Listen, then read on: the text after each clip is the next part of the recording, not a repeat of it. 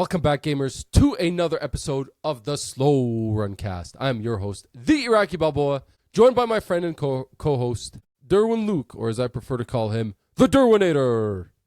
What's going on, my man? What's up? Are you ready to ride into this? I am ready to ride. It's funny that as you say this right now, we were playing last night, and one of my buddies was like, let's ride. And then the freaking Johnny Cash song came on. We're gonna ride. We're gonna ride.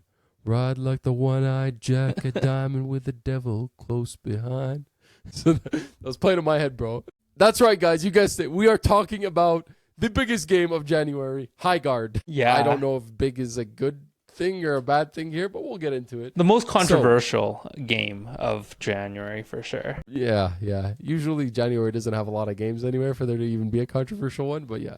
So for those who know and for those who don't know, Highguard is a V3 hero shooter, but what did they call it specifically, the developers? They Like gave it a a specific Raider? a raid shooter or something like that. Yeah. Right? They called it a raid shooter. So this is from some former devs of Apex Legends and Titanfall who came together and created a studio. I can't even remember the studio's name. Came up with this game. It's a free-to-play shooter, of course. They were originally planning, now we know, they were originally planning on shadow dropping this thing. But Jeff Keighley rung them up and told them, hey, I want this at the Game Awards. And I don't blame them for saying yes. For those who watch the Game Awards, this was the game that closed out the Game Awards. The final spot, the big finale, which was to much of a viewer's dismay because everybody was like, this is it. This is the finale. This like generic looking shooter that none of us have heard of. None of us have seen before. Like, who the heck cares about this? Jeff Keighley was going crazy about this. He made such a big deal out of it.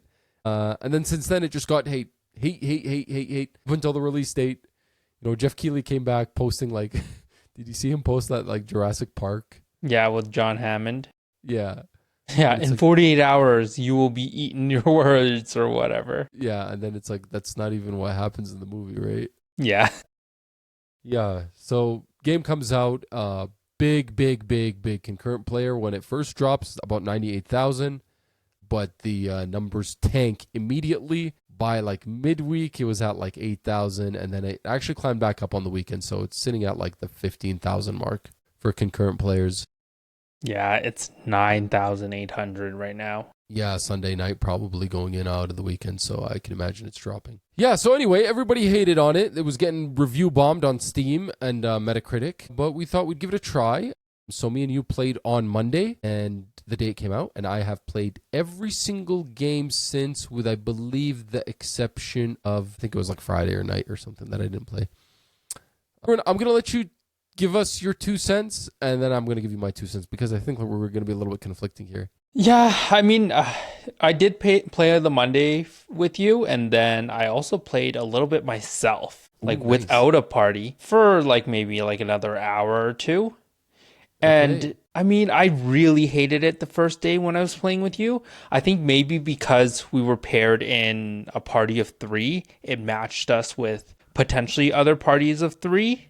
Mm-hmm. And I just feel like I was just getting murked real hard. But playing alone, it actually, I think maybe I was paired up with like maybe a lot more solo players or just like double teams. And I did manage to win like a few games. And like, honestly, I don't think it was as bad as the first day, but still not like an outstanding hero shooter at the end of the day, I want to say. Yeah, that first day me and you played was really brutal. I felt like we didn't win a single game. I felt like we were getting dunked on, but I actually enjoyed it. I enjoyed the game a lot. And then I said, well, this is fun, but if I'm going to get dunked on every single game I play, then I'm not going to do this.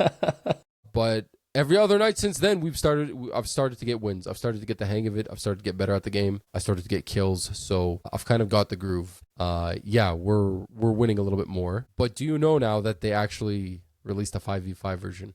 Did they? Night? No, I did not. Not last night, the night before. Yeah, they patched it in because that was one of the big complaints people were complaining about, which is kind of interesting that they had it ready like that. Yeah. Right away.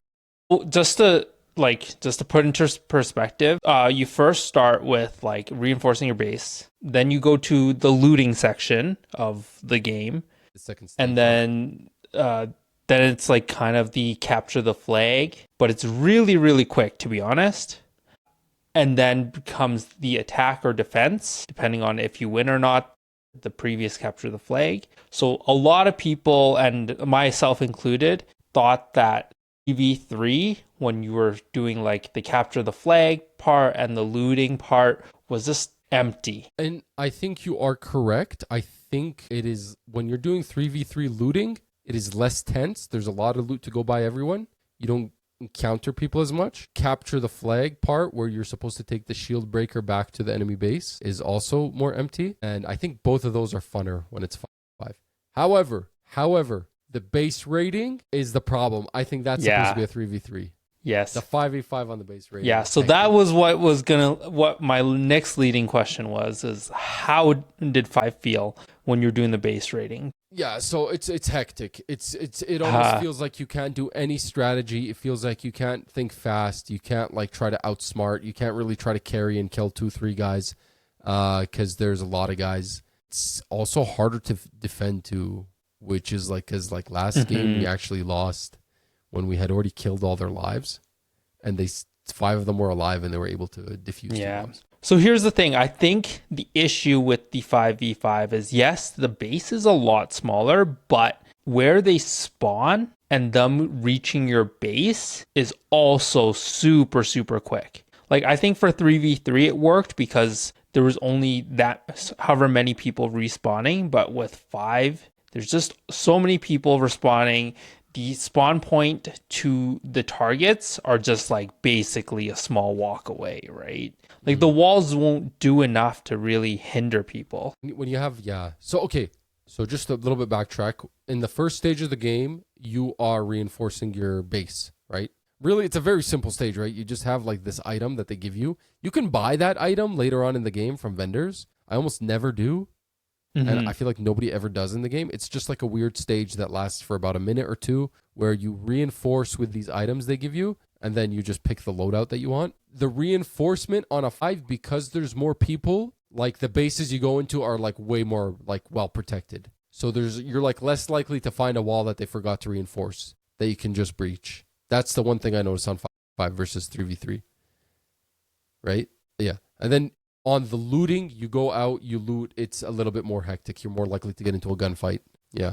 But the capture the flag part is really fun on 5v5. Yeah, I would imagine it would be a lot more fun. Yeah, the castle or the defense seems like it would really, really suck if you lost the capture the flag aspect of the game. Designed in a way that it's going to make it like friendly for newcomers, unfortunately. Because even 3v3 or 5, whether it's 3v3 or 5v5, each individual character has to really carry their weight. And it's not a game that you could just kind of like pick up and go. It's not like a Battlefield or like, a Fortnite or something like that, where it's like there's, Yeah, where there's a lot of player count, and then if you lose... Yeah, a lot of casuals, a lot of people like, it's going to be crazy for anybody who's still stuck on this game in a few months, I think. Because based on the concurrent player count, like, I think the damage was done too much by whatever Jeff Keighley did at the Game Awards. And with the negative reviews, it's just becoming like a trend. It's one of the nasty things that we see in the video game industry, where for some reason gamers, and based on like what some streamer says or something, it just becomes almost like a trend to dunk on a game.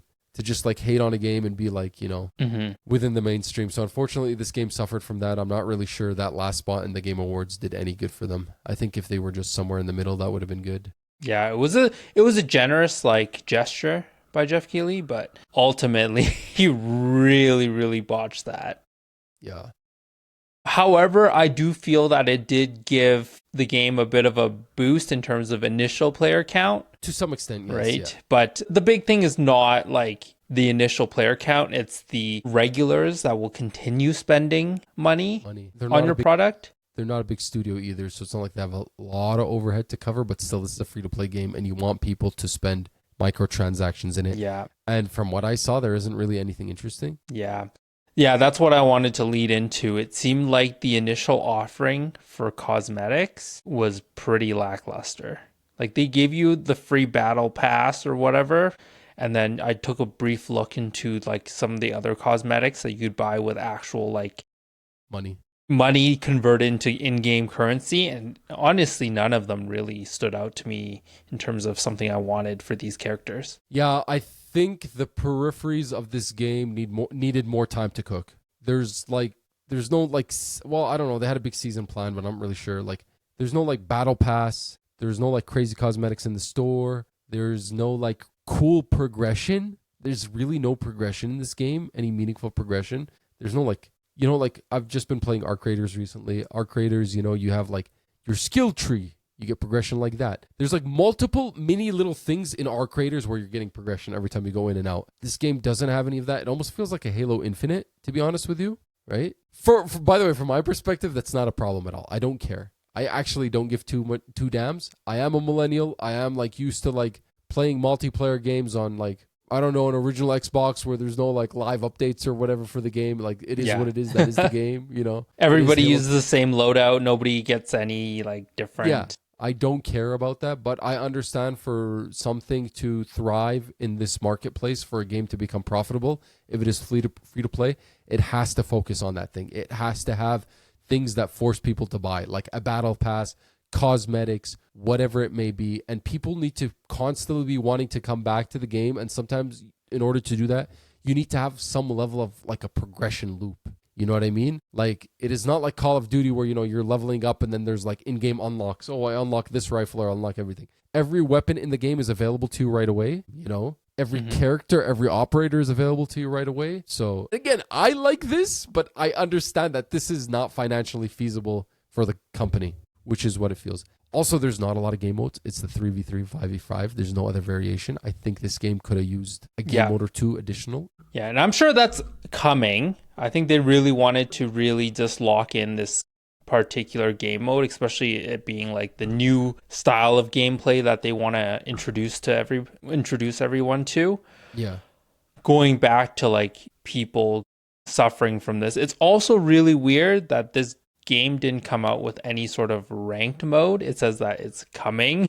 Yeah. So the people that are really, really serious about this are forced to play with like the casuals per se. Yeah. Which is also not fun for the casuals if they are paired up with some guy who's playing like 6 hours of this every single day, right? Yeah, there was one guy who was sniping nasty 2 nights ago, like nasty sniping, like literally like squad wiped us all when we were going for the flag bearer. Yeah, but in summary, all in all, I am pleasantly surprised by this game. I actually really like it.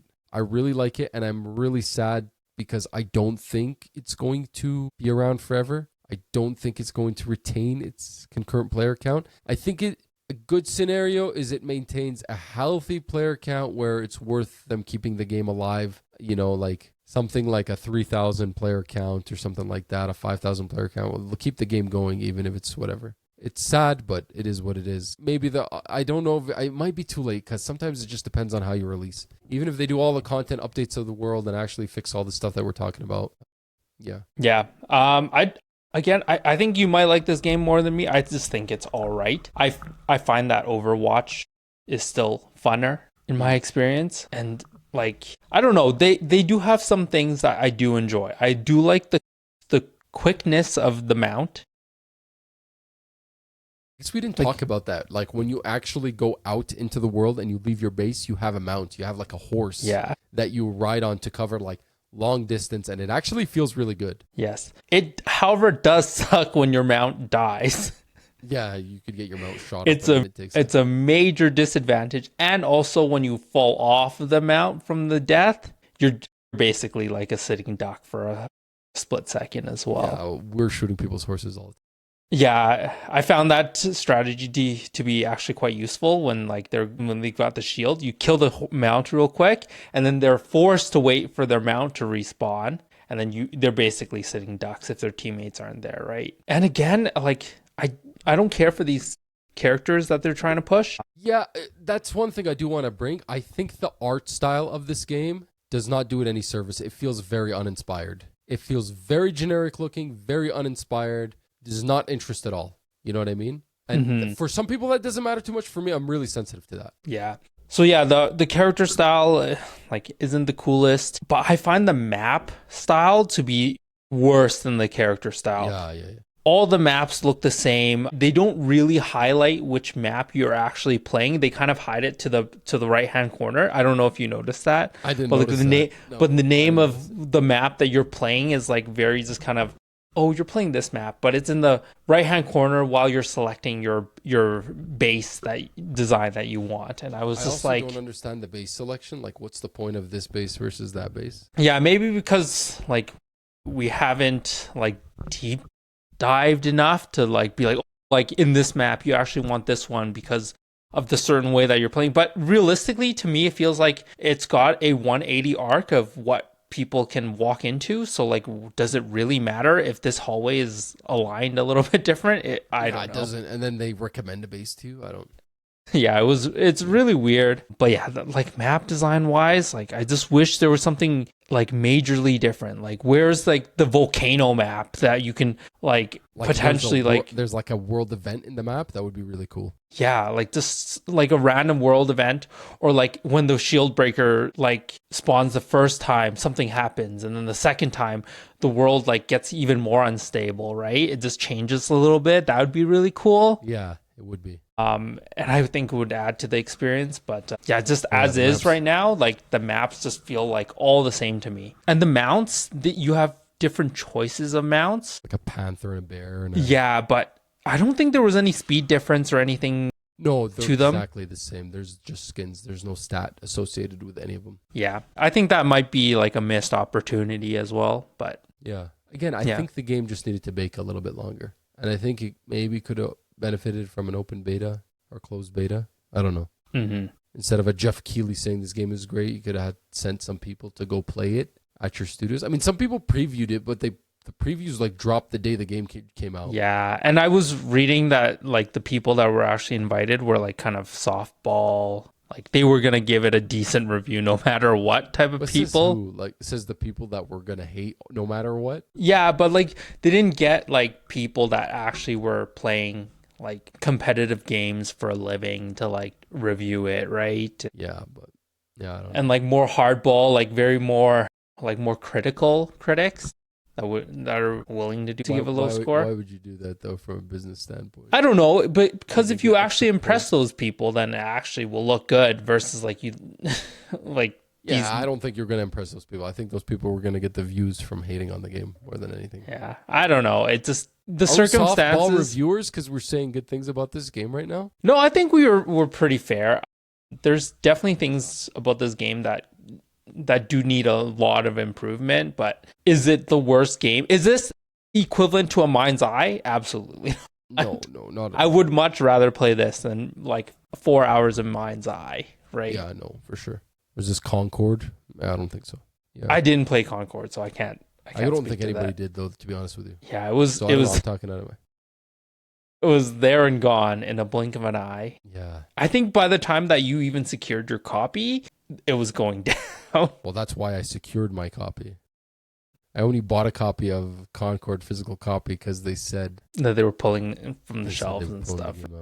Yeah. Score out of 10 for this game. What do you think? I give it a 8. Frankly, really, 8. But again, considering all the things I said, that I don't really care about progression and I don't care about like. I am not a forever multiplayer guy. I am play a multiplayer game for a month and move on. I don't play any multiplayer games forever. So I don't really care about your roadmap and the progression and the next battle pass that's coming. I don't give two damns. Like I'm playing it for a month. If it's fun, I play with my friends. I move on to the next thing. So for me, this is an 8. I'm having a good time. And I think, Durwin, if you really want, we could rope you back in. We could play again, even if you really want tonight. Because with the 5v5, I think it was kind of fun. There was like less pressure like on any individual to perform. And I agree, that first night we played was not good because I think primarily we weren't really used to the shooting and we didn't really figure out the game yet. But it gets funner if you like, you know. Yeah. I found that I was also maybe just buying too many shields and not investing in like the right weapon. Guns. Yeah. I think that was kind of a mistake that they didn't really explain well enough. Yeah, and then a lot of. Yeah, I use the crystals mostly to buy shields. And then I'll just chase weapons because usually the shop doesn't have all the weapon options. Yeah. Like you only purchase the weapon like if it shows up randomly, but you use the crystals to buy shield. But I found I think I was buying too many lower level shields because the next level in terms of like picking up the shield breaker, like the shields get upgraded, and like really you should be banking some of your cash for like the later level shields. And like all in all, I still think this is like maybe like a 6 or 7 for me. I don't love the multiplayer games, and I feel like there's other options that are just better than that. Like I'm a traditionalist, maybe like Team Fortress 2 and Overwatch 2 are like the ones for me, and that hold a special place for my heart. But like this Highguard one, like it's fun. Like the guns feel okay minus the burst fire gun, which I hate.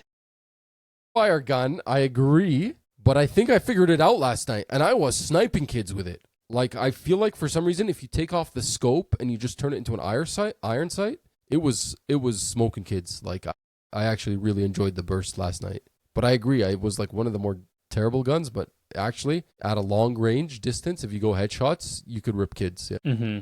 Yeah. But yeah, just like general feel like with the lulls and kind of like the lack of excitement in certain game modes when I was playing the 3v3 might be a different scenario now that it's 5v5. I do think that the some of the other games have edge up that you always are running into people and you're always fighting people. I was concerned when I I actually watched the developer deep dive, which dropped the same day the game dropped, and when I did the training, I was really concerned that there was going to be really bad pacing issues in this game, especially in the reinforcing and the looting stages. But I'm glad that at least they don't really last that long. They don't feel like a really crazy lull. And if you can play a battle royale and spend like a significant amount of time looting and not really seeing anybody and not getting into any action, I think you'll have the bandwidth to play this game. I don't think you're going to feel bored because it doesn't last that long, really. Mm-hmm. Yeah. Same with, if you could play Arc Raiders, if you could go into a world of Arc Raiders and play for 20 minutes and just like loot random stuff and never see anyone and just avoid people and extract, you'll have the brain capacity the attention span to play this. Yeah. Do you have any other thoughts about Highguard? No, I think we covered it for the most part. I know that they also went back and did some improvements so that you could change some of the display options like the motion blur and stuff like that, which I'm glad. There's a field of view setting now on console. Yes, so I'm glad that they did that. Honestly, if this game does survive, I do see it having a lot of quality of life features that really should have been there from the beginning. So I'm kind of interested to see what this will look like after 1 year of updates. Well, which is why I said I think they should have let this thing cook for a little longer. Yeah, there was no rush. Nobody knew that it was coming out. I think maybe the only issue was if investors wanted to see something come out. Maybe. It was the only issue, I think. So, yeah. Anyway, that's Highguard. Durwin, have you been playing anything else that you want to talk about? Yes. That's it from me. The only thing is Dynasty Warriors Origins, the DLC. Visions of Four Heroes. I'm 50% done the DLC. It is actually kind of interesting. I took the route of replaying the game. Because what happens, this DLC is locked until technically you finish parts of the story. So when the first one you can play is after you defeat Chapter 1, which is the Yellow Turban Rebellion. So you can team up with that leader and you change the consequence for that leader. And then the next person is Dongjua. So once you actually play up to the mission where he's defeated, that part unlocks. So then you can change his fate. And then the next person is Yuan Shao. And then the last one is Lu Bu. So basically, it's kind of a nice refresher because you play these missions up to the point and then it splits off and it goes into the what if. So like, oh, what if he's not defeated here? And then you actually help him out and he gets to like, continue his fate. So each story also has a theme as well. So like Zhang Zhao, which is the Yellow Turban leader, is all about forgiveness. So like he regrets the fact that his rebellion kind of turned like very violent towards the peasants. And then Dongjua is all about obviously like pure might and like overwhelming power. So his storyline is more based about that. That last boss battle that I'm on, I haven't played for a few days, but is one of the worst ones I've ever played in my life. You dropped the difficulty? You were telling me. I haven't dropped the difficulty. I'm still like in the middle difficulty, but it is rough. Like not only do you have to fight like a Lubu in like, I don't know if you remember end of chapter 3 maybe, like where you fight him one-on-one. So you're fighting him like that, but he also has his like wife or like his love interest, Diao Chan, and they're also rage mode. So they both have At the same time, you're fighting. yeah, at the same time. Like technically you have Dong Zhuo to help you, but he dies like halfway, and you're forced to fight both of them at the Every same time. time, and they like both have rage attacks. So you're just trying to like beat them and parry them, and it's a rough time. Yeah, I like maybe attempted it like 4 times, and I wasn't close to even beating one of them. Oh my god, this is a Souls game, bro. Yeah, it's a rough time. I do understand that that's like the hardest battle in the Visions of Four Heroes DLC. So I'm hoping that I can get through this and then beat the rest of it. But it is a very interesting concept. I just gotta say, like the parry system that they have developed for this feels so good for it to like just kind of stop time almost, and you do like the parry animation. Feels so satisfying. How much does this DLC cost? I think it's like $30. I can't remember off the top of my head. Really, this is a hefty one. Yeah, I mean, you get like 4 new storylines, more or less. Warriors Origins. Let me just double check the DLC one, price off the top of my head. Vision. Oh no, it's $45. I thought it was $40. Holy smokes, dude, that's pricey for a DLC. Yeah, so you're basically paying about $10 per scenario, I guess. Other things that I haven't found quite yet is that there's new bows, new weapons called rope darts, which is I think like that sharp item on a chain.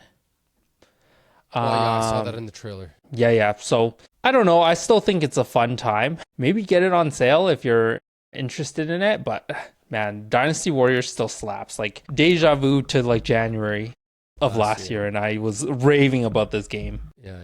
So it was fun. It was a good experience. I do regret not finishing that game. I really want to go back. I think about it often, which is interesting. Like, it's not really the biggest, like, critically acclaimed game of last year, but it was just so much fun, man. Yeah. It's almost like a god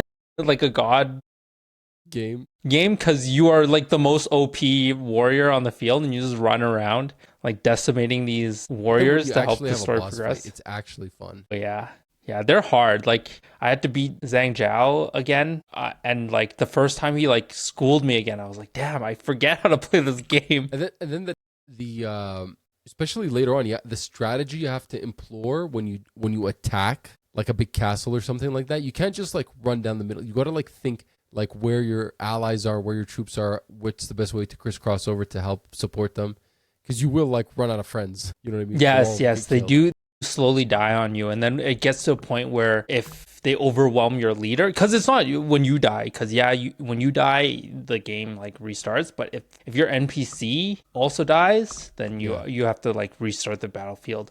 It is nice that I do commend them for like that battlefield recreation thing where you can kind of not start from the beginning but start from a certain time where you know that you were good. It just saves you like a 30-minute battle, because sometimes these battles do take a long time. Yeah, but that's the only thing. I rolled credits on Hades 2, like officially rolled credits. Okay. Then realized that so there is like an overarching story of like you beating Kronos. So I have officially beat him once, and then you beat him like you have to beat him I think 6 or 7 times, and then you have to go up to the surface level and you have to beat the boss up there like I think 4 or 5 times or something like that. And then you have to go back and you kill Kronos 1 more time or 2 more times or something like that.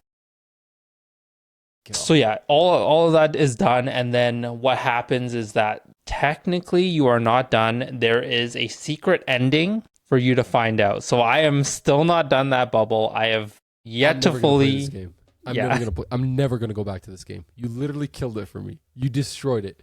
You went so hard in this game that I'm like, oh, I want nothing to do with this. Beating a boss 50. It gets pretty easy though. I've gotten to the point where like you can basically beat them every single run.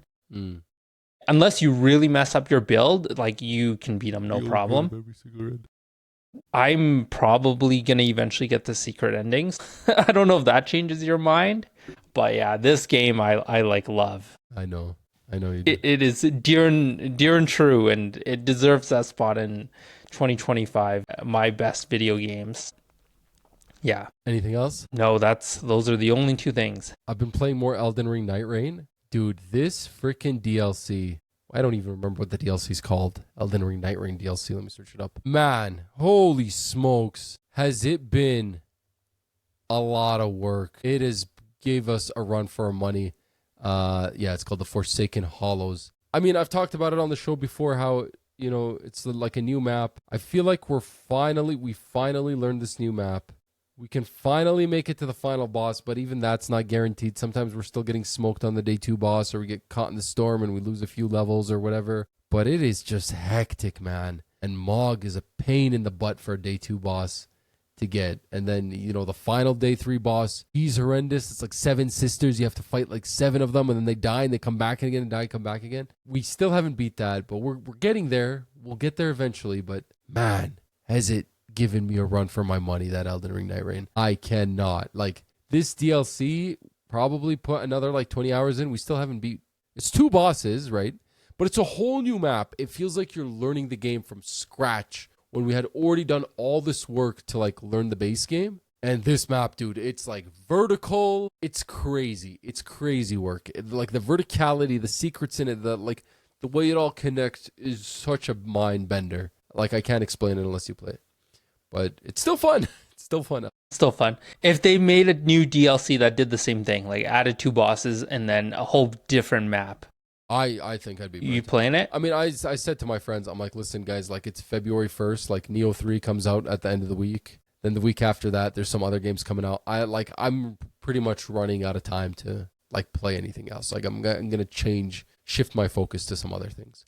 I mean, even Highguard, like, really, like, I don't see myself playing it for too much longer. Arc Raiders? I don't know, man. Arc Raiders might be dead. Yeah. Like, I haven't played Arc Raiders since that week I got sick. I was really into it, but then I got sick and I didn't game for a few weeks, and then I really wanted to like finish Dispatch. So I like focused more on that, and then Highguard came out, so I have not visited Arc Raiders in probably like, it'll be this, like, not last weekend, but the weekend before. Wow. So yeah, I don't know.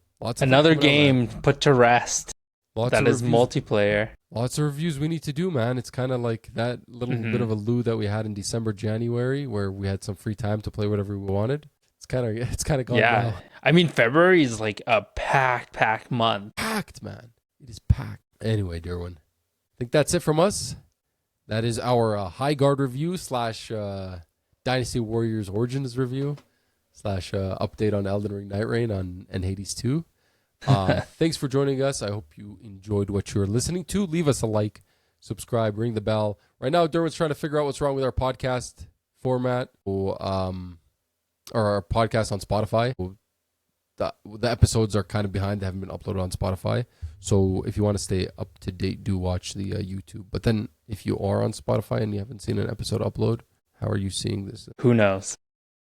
You just have to go to YouTube. Anyway, thanks for joining us, guys, and we are out.